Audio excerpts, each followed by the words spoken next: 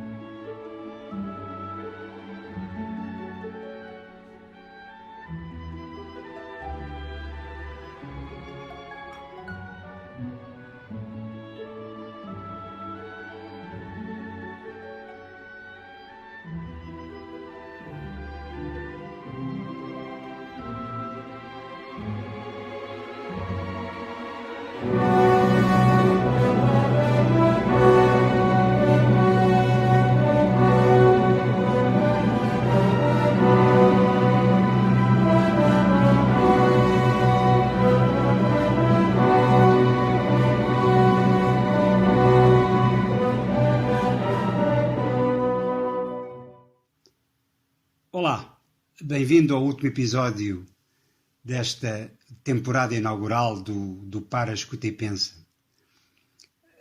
Durante muito tempo os professores iniciavam a aula a fazer a chamada para registrar quem faltava e depois escreviam agis no quadro sumário. Olha, hoje apetece-me fazer este revivalismo. Aqui tens então o sumário da aula de hoje. Problemas da filosofia da ciência. Método e progresso científicos. As teses de Karl Popper e Thomas Kuhn. Este seria o sumário habitual, convencional. O sumário fora da caixa, que eu aprecio muito mais, seria o título do episódio, Onde está o cisne negro? Lá mais para a frente explicarei a razão de ser deste sumário alternativo. Para já, iniciemos com o problema do método científico, que pode ser formulado assim.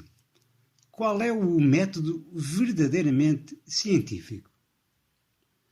Pode parecer-te estranho que os filósofos discutam este tema e mais estranho ainda, que não estejam de acordo em relação a ele. De facto, à primeira vista, este é um não assunto. E porquê? Porque os resultados da ciência são tão óbvios e esmagadores que discutir como deve ser o método a utilizar pela ciência parece mesmo uma perda de tempo. Espero que não seja o teu caso, mas as pessoas que entendem que a filosofia é uma perda de tempo e que os filósofos se entretêm a discutir o sexo dos anjos, como costuma dizer, ou seja, a discutir assuntos que não vale a pena discutir, essas pessoas, de certo, verão naquilo que estou a dizer um excelente exemplo dessa teoria. Pois, mas às vezes as pessoas defendem pontos de vista que lhes parecem óbvios e sem discussão. Mas quando pensam melhor nestes assuntos, apercebem-se do seguinte.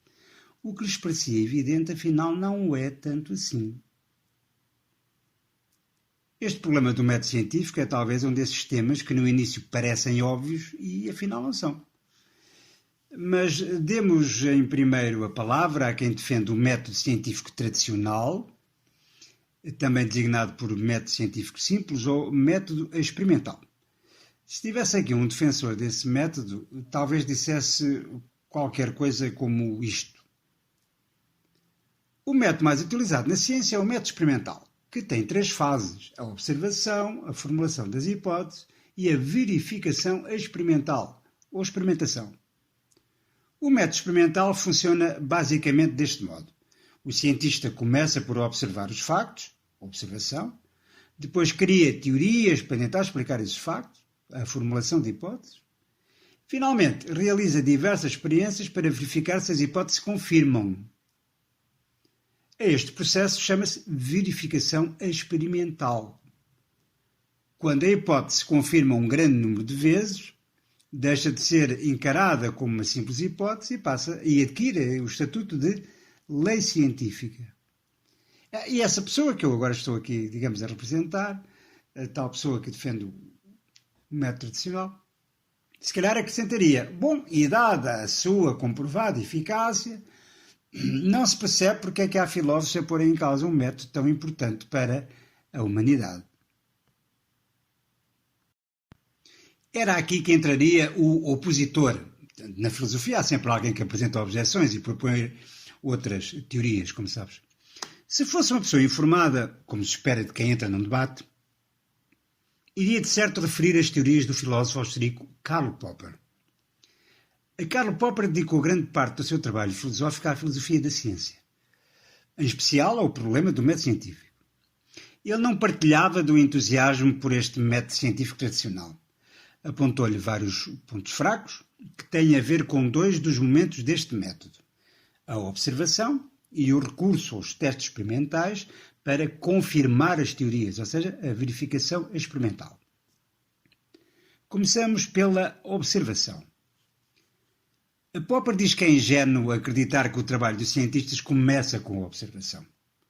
Claro que a observação dos factos é muito importante, afirma ele, mas não é o ponto de partida. Quando vai observar a realidade, o cientista não tem a sua mente vazia, como se fosse um balde que se vai enchendo à medida que ele observa a realidade. Não. O cientista parte para a observação já com alguma coisa previamente pensada, ou, no mínimo, expectativas sobre o que vai encontrar. Portanto, para Popper, o cientista não parte da observação dos factos e só depois formula hipóteses para os tentar explicar. O que acontece é uma coisa diferente.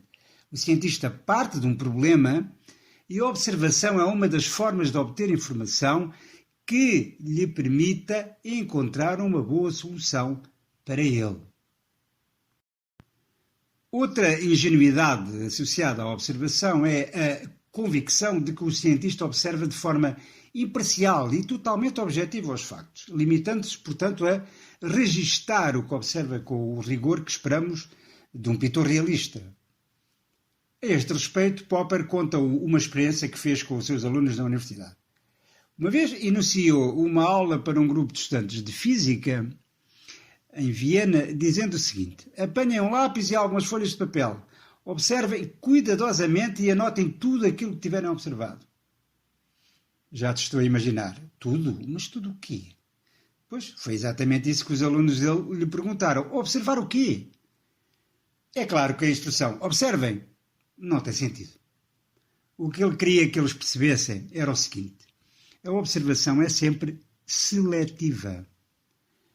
Para que haja observação é necessário que haja um objeto escolhido, uma tarefa definida, um interesse prévio, um ponto de vista, um problema que se pretende resolver.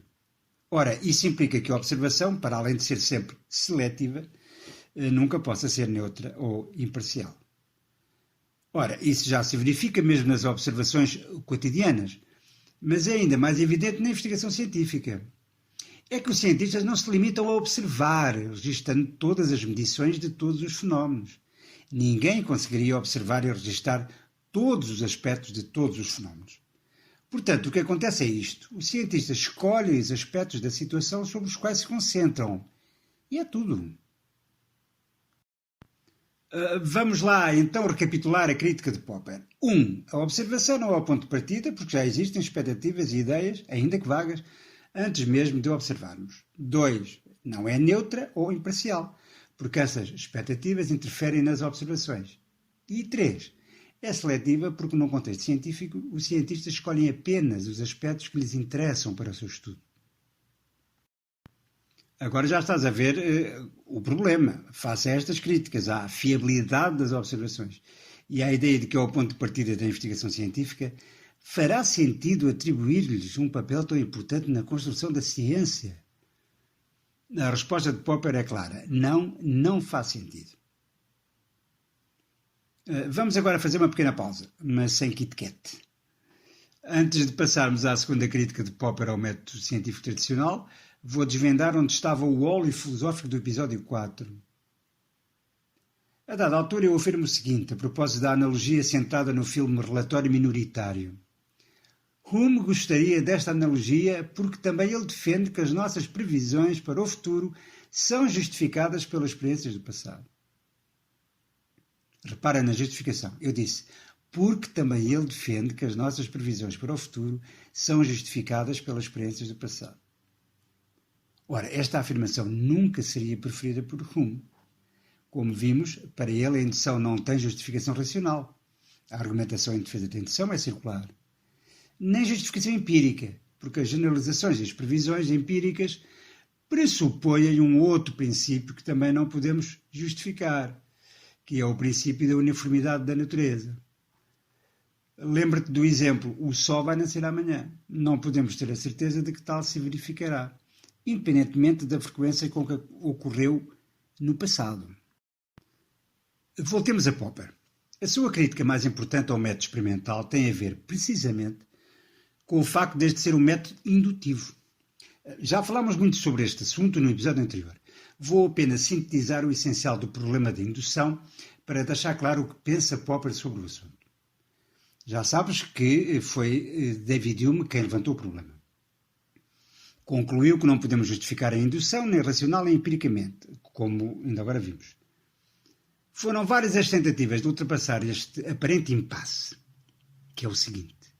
Parece que não podemos passar sem indução, mas não temos como a justificar. Uma dessas tentativas ficou conhecida como probabilismo, que é a tese que defende que, apesar de não podermos ter a certeza de que as generalizações e as previsões indutivas são infalíveis, não temos, podemos argumentar que, face à experiência anterior, é muito provável que sejam verdadeiras. O filósofo inglês Bertrand Russell foi um dos defensores desta posição, mas ele tinha consciência das fragilidades do probabilismo. Uma amiga e colega de filosofia, com quem tem trocado estimulantes e-mails sobre filosofia, referia-se a este assunto nestes termos, e eu vou citar.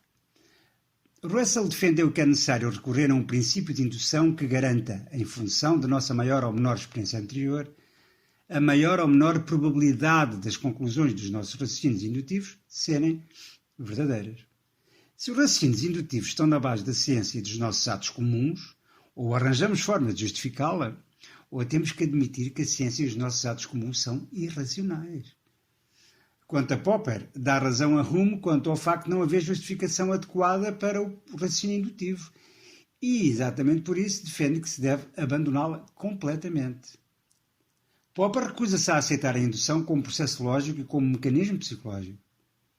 Recorde-se que Hume defende que não é possível justificar racionalmente, nem a priori nem a posteriori, os princípios que estão na base das nossas crenças sobre o mundo, argumentando que a justificação está na natureza humana, é o princípio do hábito ou o costume.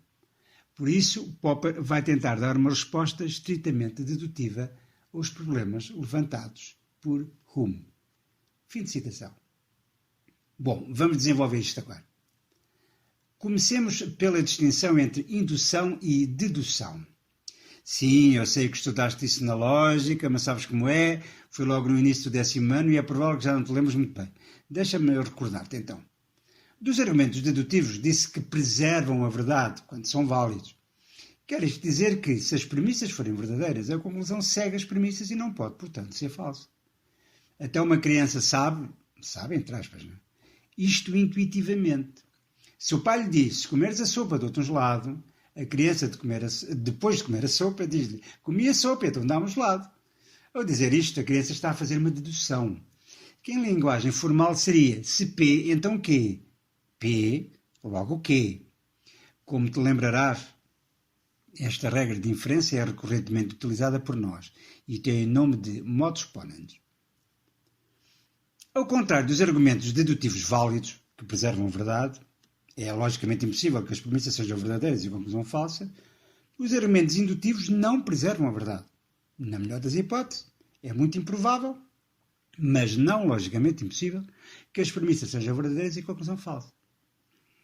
Assim sendo, ainda que seja suportada por um grande número de observações, uma generalização indutiva é sempre uma conclusão cuja verdade está em aberto. Basta um contra-exemplo para deitar por terra uma generalização assente em milhares de observações. Para esclarecer isto, Popper criou um exemplo que ficou famoso. O exemplo do cisne negro. Considera a afirmação todos os cisnes são brancos. Durante muito tempo, esta afirmação era tida como absolutamente verdadeira, uma vez que todos os cisnes observados até aí eram, de facto, brancos. Mas um dia alguém descobriu cisnes negros, e a generalização, tão robustamente suportada por milhões de observações realizadas por milhões de pessoas, caiu por terra.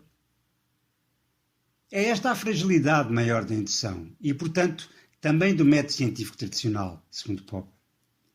Mesmo que todas as observações de cisnes tenham sido fidedignas e que todos os cisnes observados sejam de facto brancos, pode sempre vir a descobrir-se um cisne de outra cor, negro, por exemplo.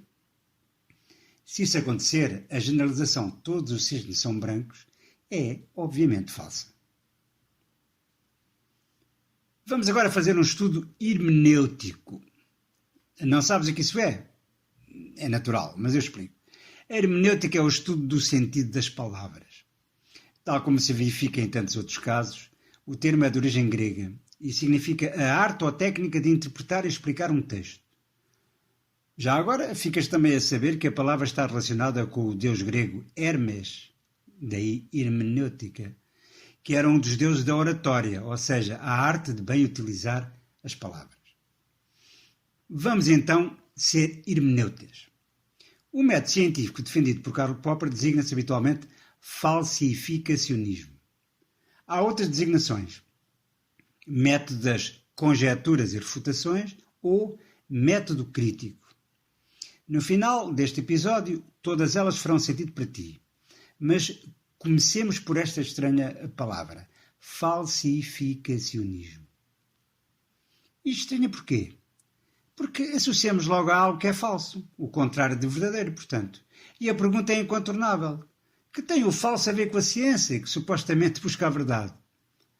A resposta de Popper a esta pergunta é esta: a ciência é a busca do erro, não a posse da verdade. Para ele, os testes não servem para se provar que uma teoria é verdadeira. Ainda agora vimos isso. Mesmo que tenhamos observado 1 milhão de cisnes brancos, nunca inferiremos a partir daí uma teoria absolutamente certa sobre o assunto. O teste que confirma a teoria é apenas mais um, e não prova nada. Enquanto que o teste que a desmente, apesar de ser apenas um, fornece um dado absolutamente novo, prova-nos que a teoria é falsa. Portanto, mais vale direcionar os testes para um outro objetivo, saber se a hipótese científica, ou conjectura, para falar como Popper, é falsa. Daí a designação de falsificacionismo. A vantagem de procurar o erro é esta: se uma teoria é falsa, é abandonada ou, no mínimo, modificada. É assim que a ciência progride, segundo Popper. As teorias que se descobrem estarem erradas são ultrapassadas e substituídas por novas teorias. Quando uma teoria passa nos testes, disse que ela foi corroborada e que é, por isso, verdadeira. Para Popper, as teorias são criadas pelos cientistas como tentativas de compreensão racional de vários aspectos da natureza. São, portanto, suposições, mas suposições que estão bem fundamentadas. Popper dá-lhes o nome de conjecturas. Estas hipóteses ou conjecturas são expostas ao contraditório através de tentativas de refutação. Daí a designação do método científico como método das conjecturas e refutações. A outra designação de que falámos, método crítico, também realça este aspecto tão importante para Popper. As teorias científicas têm de poder ser expostas à crítica. Ora, para isso acontecer, as teorias ou conjecturas científicas têm de ser falsificáveis. Atenção, eu disse falsificáveis, não disse falsificadas.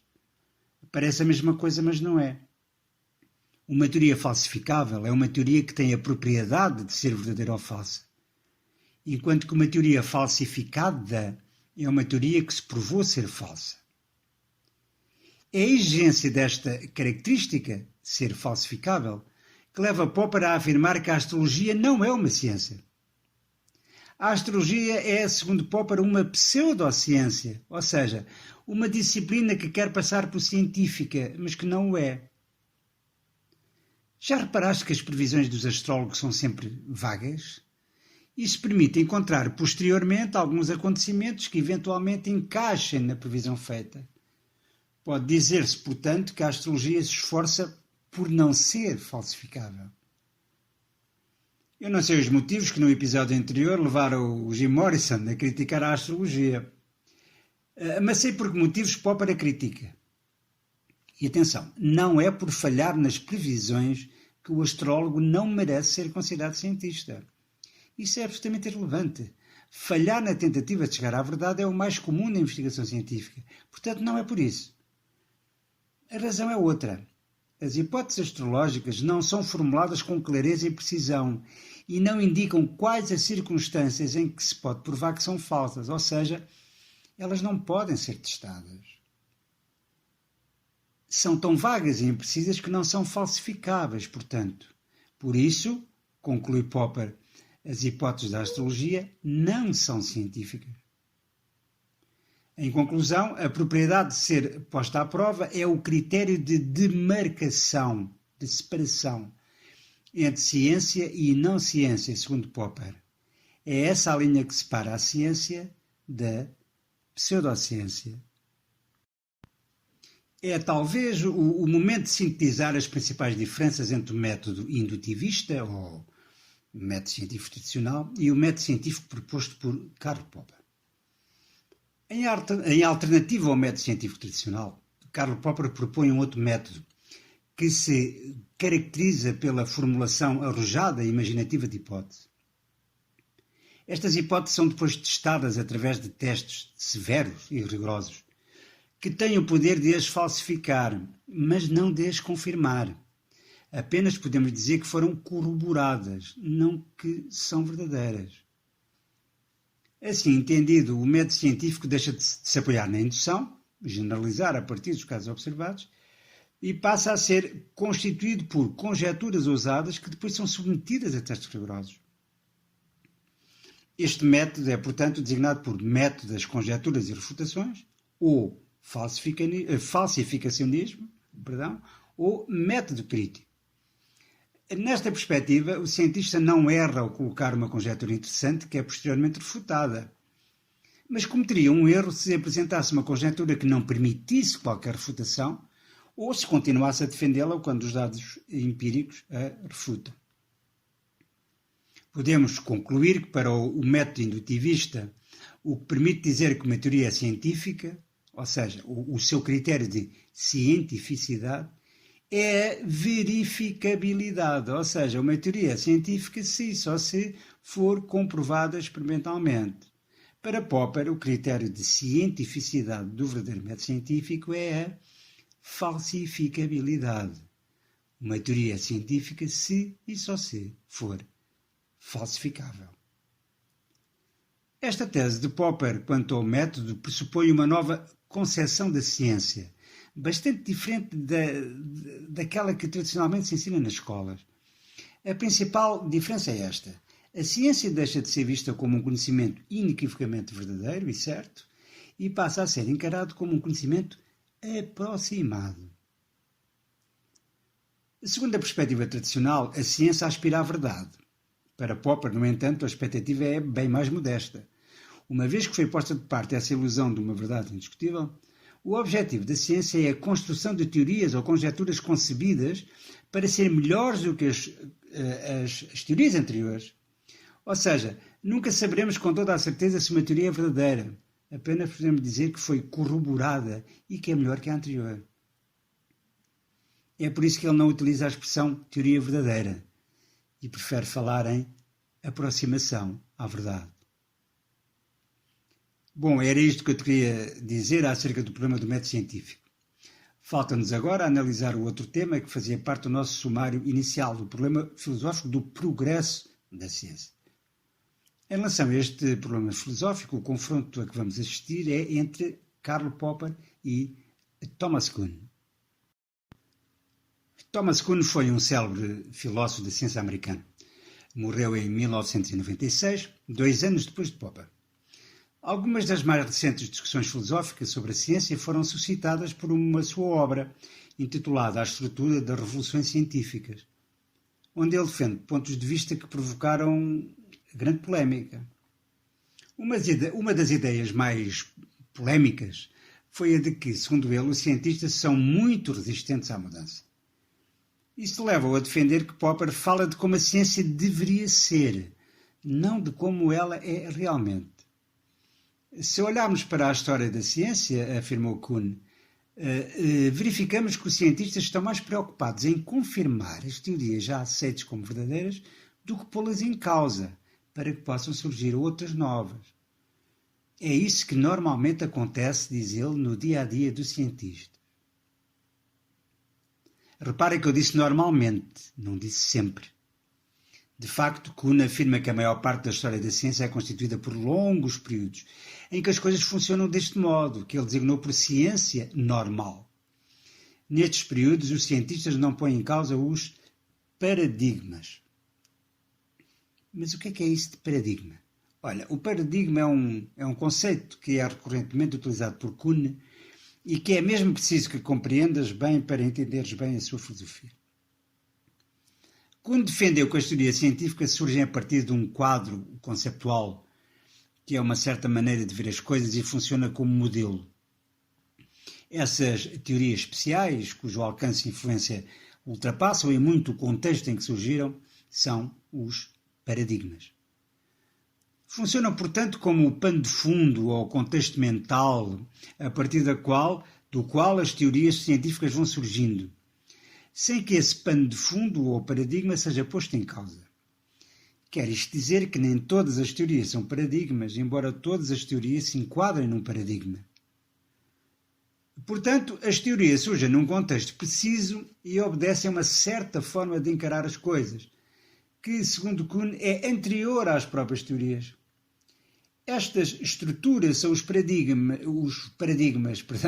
que permitem enquadrar as teorias e sustentá-las nas suas bases.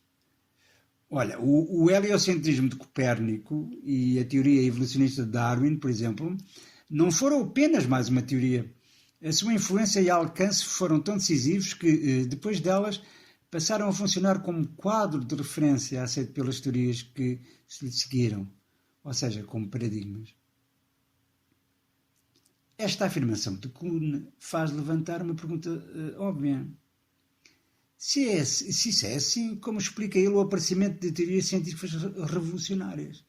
Realmente, se é verdade que os cientistas são tão conservadores, como explicar aqueles momentos da história da ciência em que aparecem teorias extraordinariamente inovadoras e revolucionárias? Há aqui qualquer coisa que não bate certo.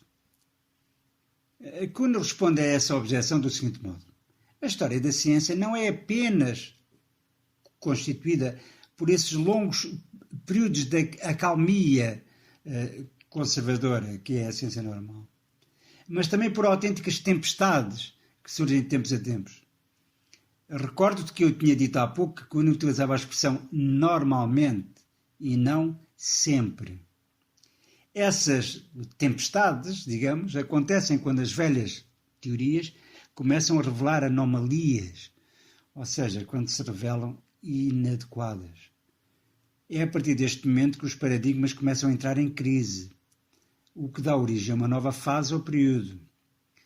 Para os distinguir da ciência normal, de que falámos atrás, Kuhn dá a estes períodos conturbados, agitados, o nome de ciência extraordinária, porque estes períodos só acontecem de tempos a tempos.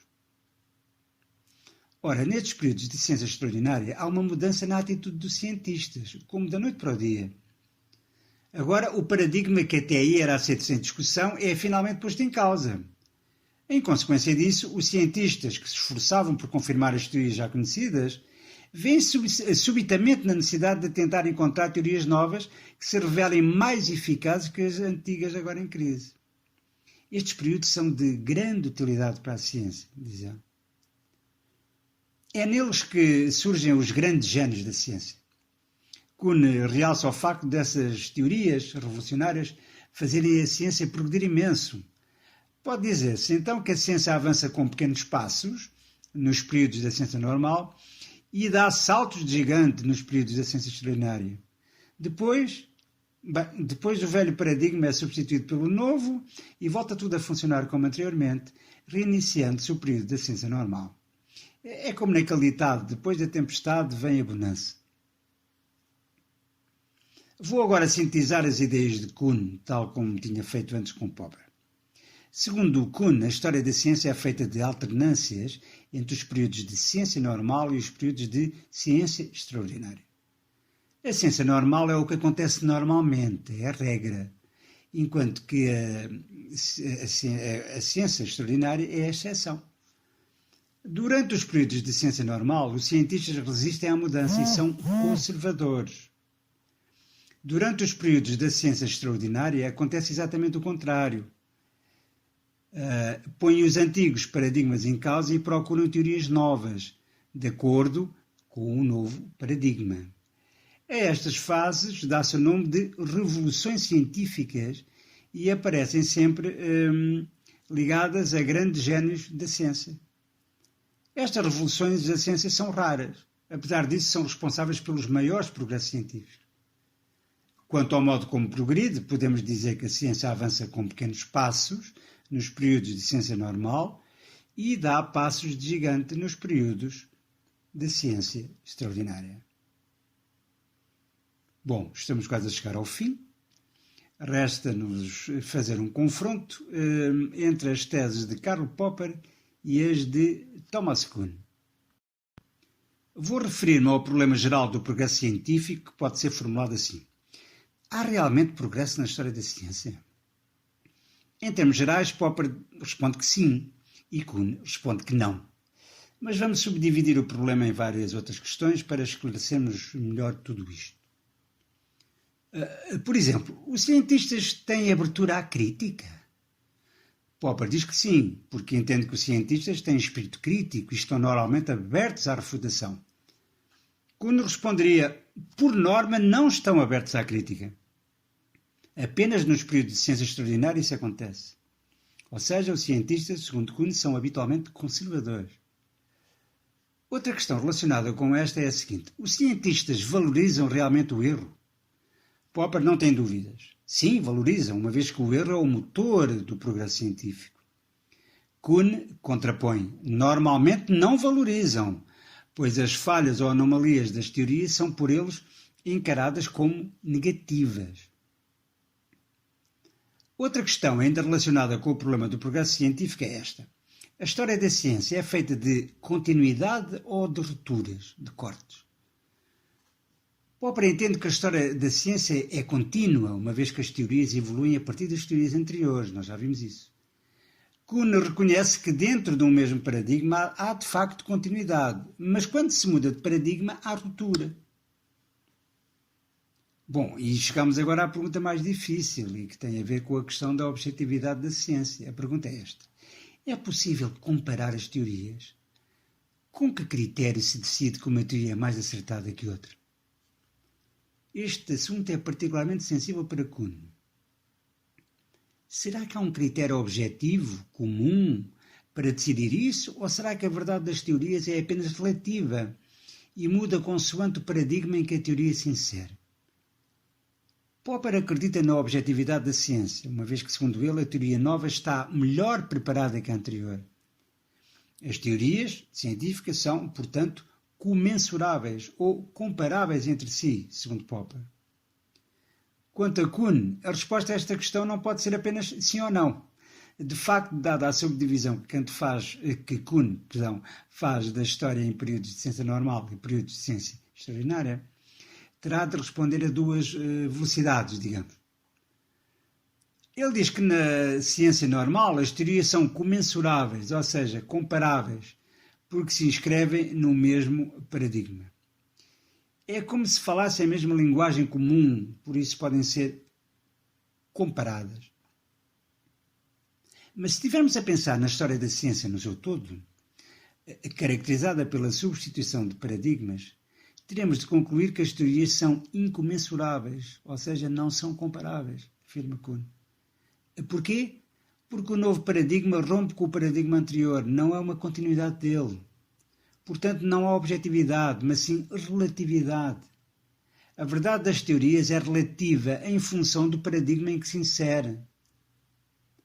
Fazendo de novo uma analogia com a linguagem, podemos dizer que cada paradigma fala uma língua diferente. Por exemplo, Um diálogo entre um defensor do geocentrismo e um defensor do heliocentrismo é um diálogo de surdos, diz Kuhn. E da mesma forma, um diálogo entre um defensor do criacionismo e um defensor do evolucionismo. Os paradigmas são tão radicalmente diferentes entre si que é como se falassem línguas diferentes e não houvesse um dicionário comum que lhes permita fazer a tradução e entenderem-se. Finalizemos com a questão inicial deste confronto. Há ou não progresso na história da ciência? Para Popper, há progresso científico porque as teorias são comensuráveis. O que não existe, diz ele, são teorias inequivocamente verdadeiras. Cada teoria nova é uma maior aproximação à verdade. Apenas isso. A verdade não é uma posse, é um objetivo, uma busca, diz Popper. Para Kuhn, não se pode dizer que haja realmente progresso científico, por uma razão muito simples. Teríamos de comparar os diferentes paradigmas e eles são incomparáveis ou incomensuráveis entre si. Por isso não se pode dizer em rigor, falar sequer em aproximação à verdade, porque a verdade das teorias é relativa, não é objetiva. Quando muito podemos dizer que há evolução e progresso dentro de cada paradigma. Mas na história da ciência no seu todo, não. E com isso chegamos ao fim. Já deve estar um bocado cansado, não é? Resta-te fôlego para um último esclarecimento e para as despedidas? Espero que sim. O esclarecimento é talvez desnecessário. Tem a ver com o sumário fora da caixa que sugeri no início deste episódio e que era o seguinte: onde está o cisne negro? Claro, de certo já tinhas percebido que a pergunta tem a ver com a filosofia de Karl Popper. Para ele, o que os cientistas fazem não é procurar mais provas da existência de cisnes brancos. O que eles fazem é tentar encontrar o cisne negro. O cisne negro simboliza o inesperado e a novidade que faz a ciência avançar. Já agora, a música que escolhi para ti e que vai aparecer também já a seguir no genérico é retirada de uma famosa obra musical para bailado intitulada O Lago dos Cisnes, criada pelo músico russo Tchaikovsky.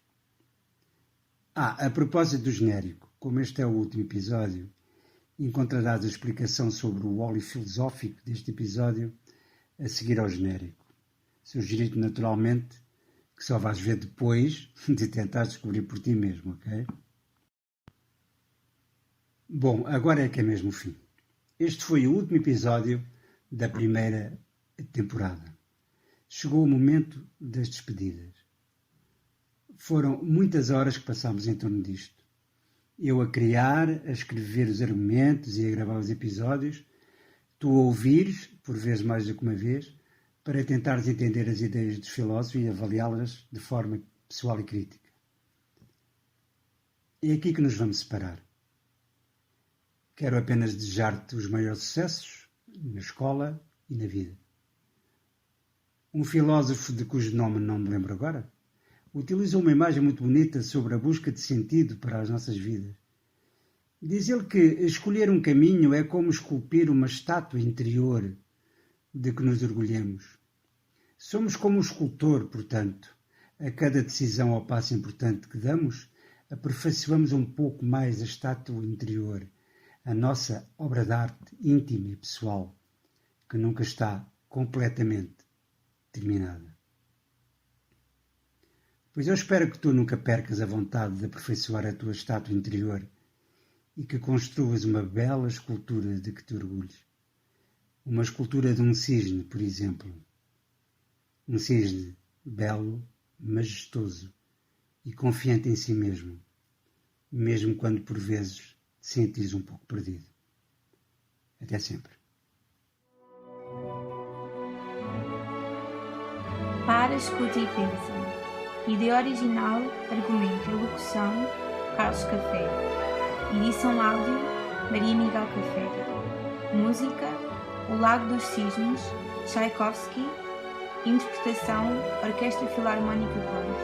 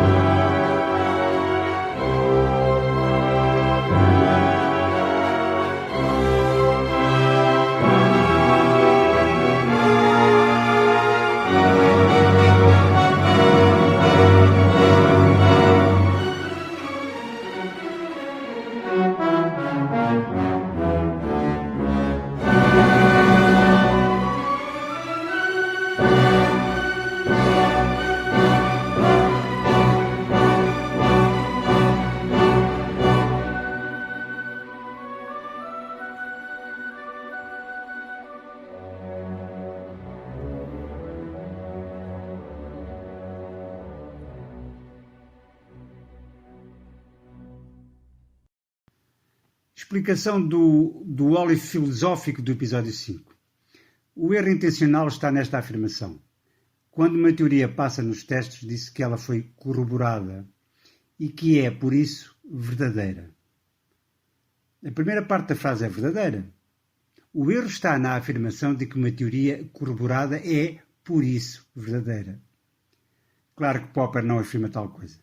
Ele não se cansa de dizer que apenas podemos dizer que as teorias corroboradas são as que passaram nos testes de falsificabilidade.